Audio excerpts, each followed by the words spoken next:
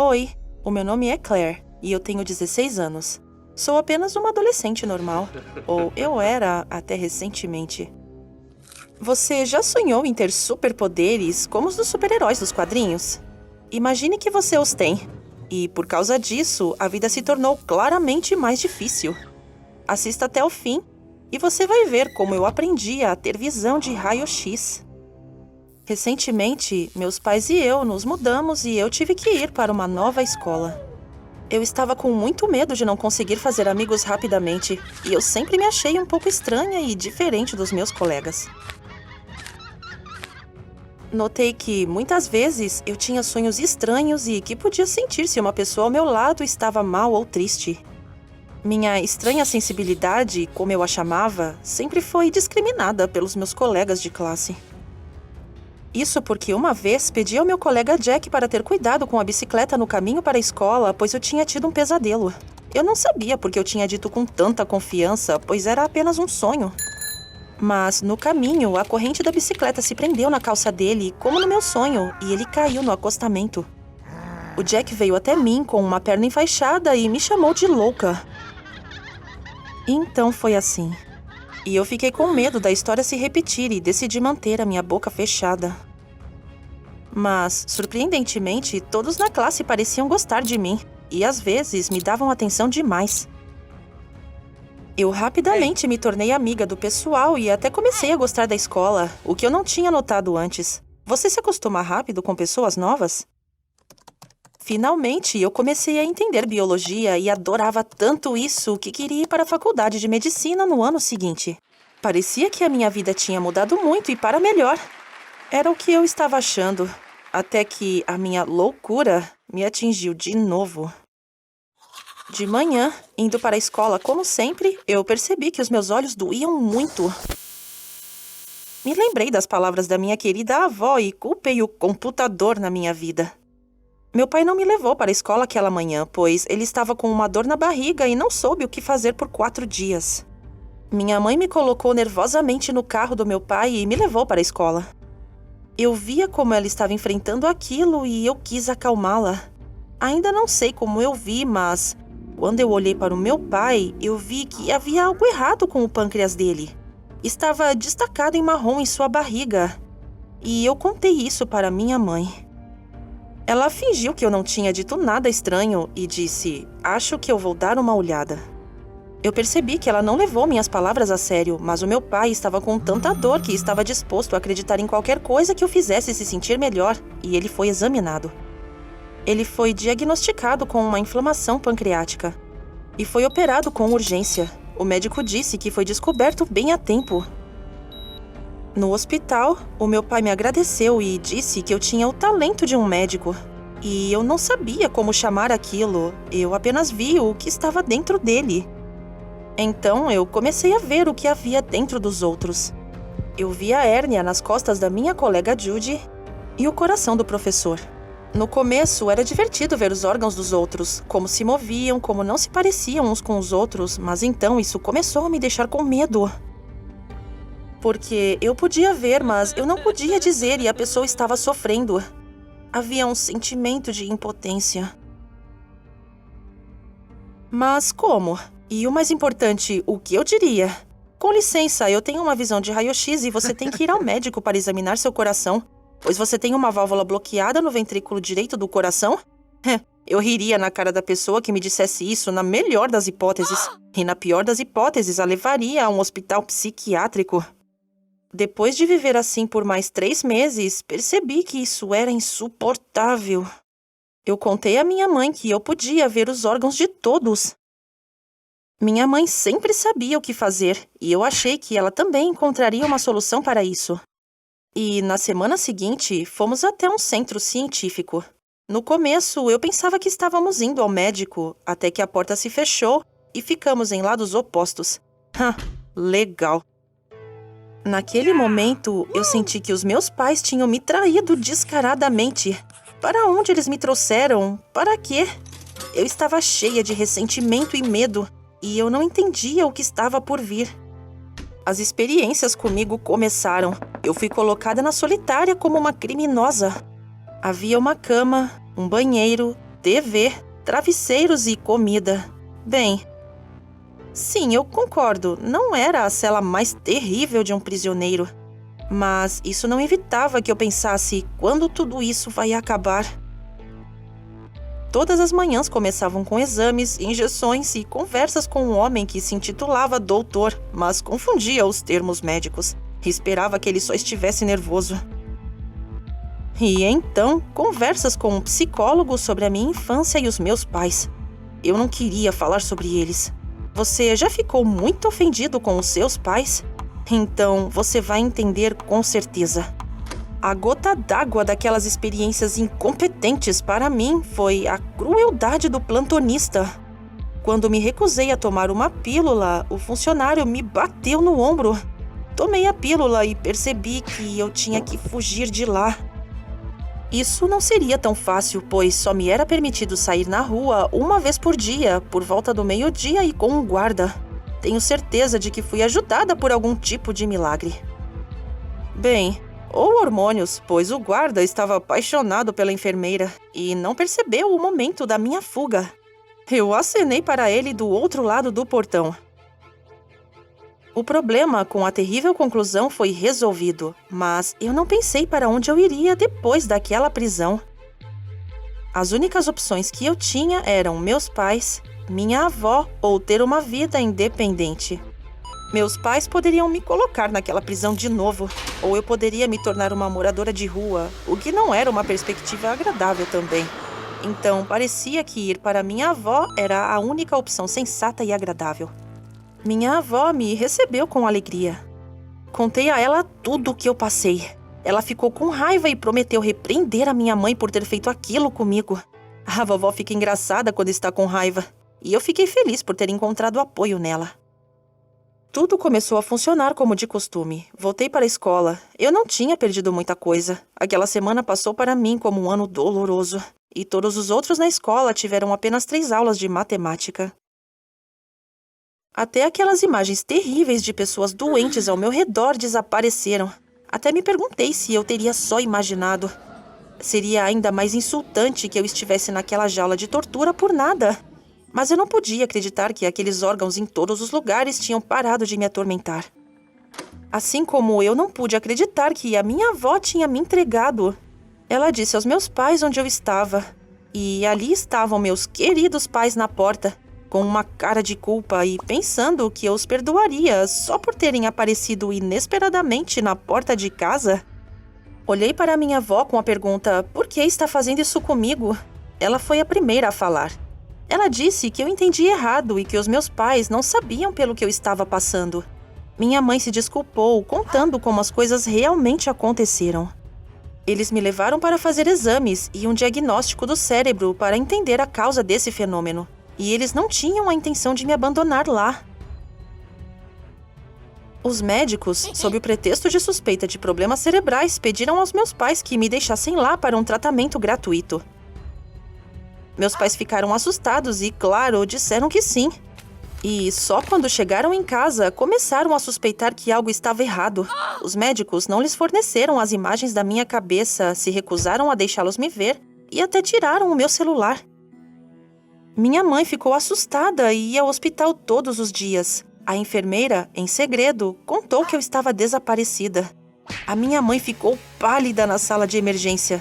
Ela começou a xingar e chamar o médico-chefe, mas não houve resposta. Minha avó tomou a decisão responsável de dizer a ela que eu estava bem.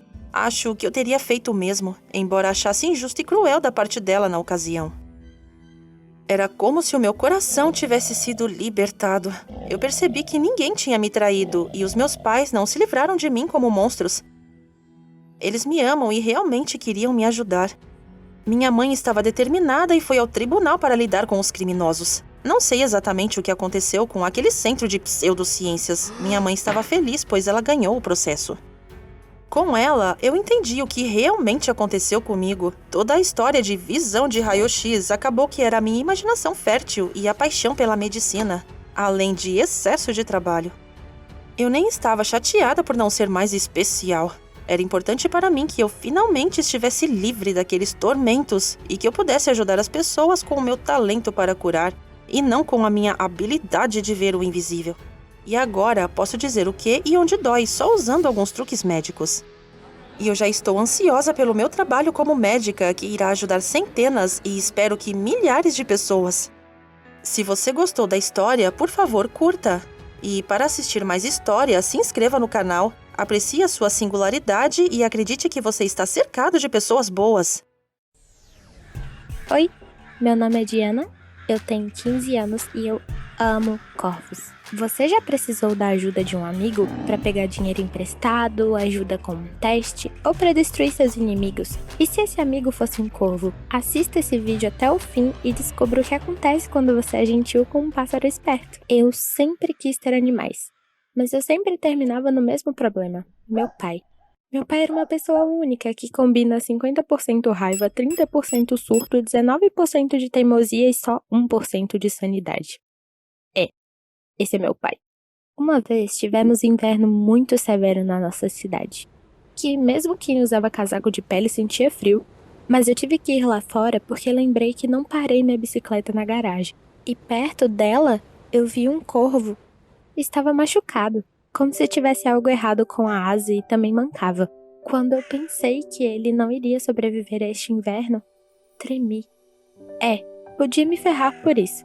Eu peguei o corvo e, xingando entre as respirações, carreguei para dentro de casa. Meu pai ficou furioso a noite toda, mas pela primeira vez eu não o escutei. O corvo ia morrer se botássemos ele para fora. Eu não queria matar animais. Você já bateu de frente com alguém que poderia te quebrar no meio só para defender seu princípio? Que sensação. Eu sugeri ao meu pai que esperasse até a primavera, e em retorno eu não ia deixar quase, como chamei meu corvo, sair do meu quarto. Meu pai não gostou da ideia. Ele disse que não ia lavar cocô de pássaro. Mas eu, apesar de tudo, também era muito brava e teimosa. Eu poderia insistir mais. Durante o inverno ficamos muito amigos de quase. E eu quase chorei quando a deixei sair para a floresta. Mas eu tinha que deixar ela ir. Ela estava forte e podia voar com segurança. E meu pai ficava cada vez mais bravo. Como eu ia saber que ela não ia me deixar? Quase começou a voar para o nosso gramado, e até com seus amigos. A coisa boa é que sempre acontecia durante o dia quando meu pai não estava em casa. Eu tinha muito medo dele e ensinei Quase a não voar pelo gramado, mas a ir um pouco mais longe, perto do lixão próximo à floresta. Ali eu ficava com eles, os alimentava e às vezes fazia o dever de casa. Era ótimo. Eu me sentia uma super-heroína, uma dama dos corvos. E então assim, 2 anos se passaram. Mas uma vez, uma bagunça gigante aconteceu. Eu estava indo com os meus corvos para o entulho e Ramona me viu. Ela é uma cobra burra de uma família rica. Todo mundo puxa o saco dela só porque senão ela destruiria a vida de todos. Ela estava com seus capangas e começou a apontar, tipo, olha aquela louca. Eu fiquei muito brava. O que eu iria dizer? Você já defendeu sua honra com seus punhos? Eu avancei em Ramona, mas os amigos dela me seguraram e começaram a puxar meu cabelo. E então, aconteceu. Cara, aconteceu. Um bando inteiro de corvos se juntou em cima da gente e começaram a atacar as crianças. Eu nem consegui contar quantos deles apareceram. Os corvos atacaram Ramona e seus amigos, mas nem triscaram em mim. Um barraco me esperava em casa. Um bom escândalo. Eu contei tudo pra minha mãe e ao invés de se sentir mal por mim, ela contou pro meu pai. Ele chegou à noite num surto de fúria. Durante esse tempo, os pais de Ramona e dos capangas ligaram e começaram a reclamar, dizendo que eu tinha espancado os filhos deles. Ah, claro, a terrível Diana conseguiu espancar sozinha 2 garotos e 3 meninas. Quem ia acreditar nisso? Minha mãe e meu pai. Mais ainda, eles estavam furiosos que eu continuei alimentando meus corvos, e como eles pensavam, os mandava em cima dos abusadores. Tudo que eu escutei foi que da próxima vez que eu aprontasse, eu ia acabar vendo o sol nascer quadrado. Mas o que eu deveria fazer? Ser obediente e aceitar os insultos? Mas meu pai não me escutava. Ele me trancou no quarto e pegou um rifle para atirar nos corvos. Eu só escutei 2 tiros, mas cada um deles quebrou meu coração. E se ele tivesse matado Quase? Por que eles estavam fazendo isso? Eu odiava eles. Os ataques na escola só aumentaram. Eu era chamada a rainha do lixão. e um dos capangas de Ramona colocou um corvo morto na minha mochila. Saí correndo da escola chorando um rio. Eu não queria ir para casa de jeito nenhum, mas eu tinha que ir. Meu pai meio que organizou um cárcere privado, então minha mãe me pegava logo na saída para ir para casa e não me deixava sair depois. Eu estava com muita raiva. Eles me enfureceram. Você já sentiu que o mundo inteiro estava contra você? Que ninguém quer te entender? Eu estava destruída esses dias. Mas um dia vi quase de novo no gramado. Não vi ela de novo até o verão. Provavelmente minha garota esperta entendeu que não tinha mais ninguém em casa e decidiu acenar. Ela me olhou e me guiou para mais longe. Eu saí de casa e segui ela. Quase me levou para uma casinha na floresta e ali eu vi um monte de corvos. E um garoto da minha idade, talvez um pouco mais velho. Quase sentou no seu ombro e ele perguntou o que eu fazia ali. Eu contei sobre Quase e o garoto estava feliz e aliviado. Disse que seu nome era Jaime e que ele era o dono de Quase e dos outros corvos. Jaime e eu rapidamente nos entendemos. Ele alimentava e treinava os corvos assim como eu. E ele era zoado na escola também. Era maravilhoso achar alguém com problemas parecidos. Começamos a nos conhecer, conversar, me ensinou a treinar os corvos e no geral ele acabou se tornando um grande amigo. Eu quase acreditei que alguma coisa boa podia acontecer na minha vida. Infelizmente, alguns meses depois, meus pais anunciaram que iríamos nos mudar para outra cidade. E a culpa era minha. Disseram que arruinei a preciosa reputação da família. Eu gritei de volta dizendo que eu preferia morar num lixão. Corri para a floresta chorando. Eu vi Jaime lá. As notícias o deixaram tão triste quanto eu. E ele disse que tinha um presente para mim.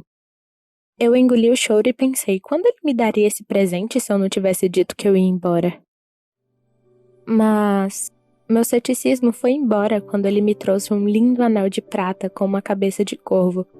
Ele disse que era da mãe dele, mas que tinha ficado muito pequeno para ela e ela tinha permitido dar à amiga dos corvos, como ela me chamava.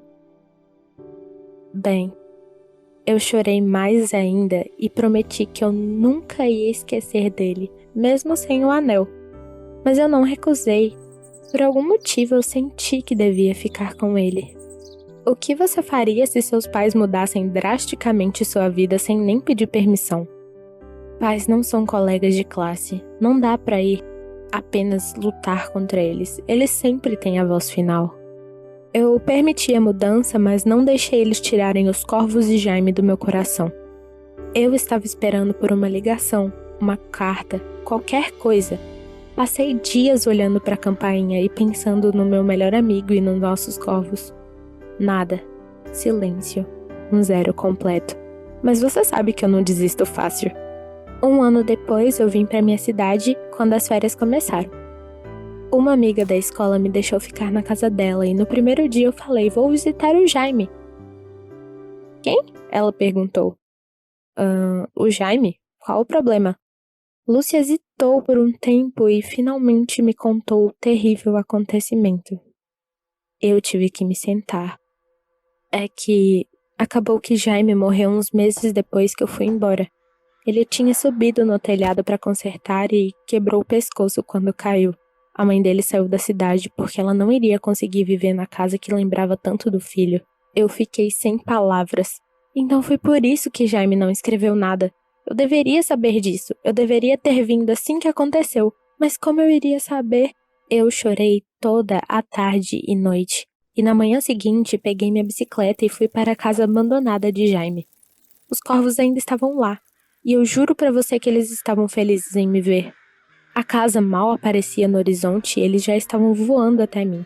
Me cercaram e grasnaram alto como se estivessem perguntando onde eu estava esse tempo todo. Eu olhei para o anel e depois olhei para o céu.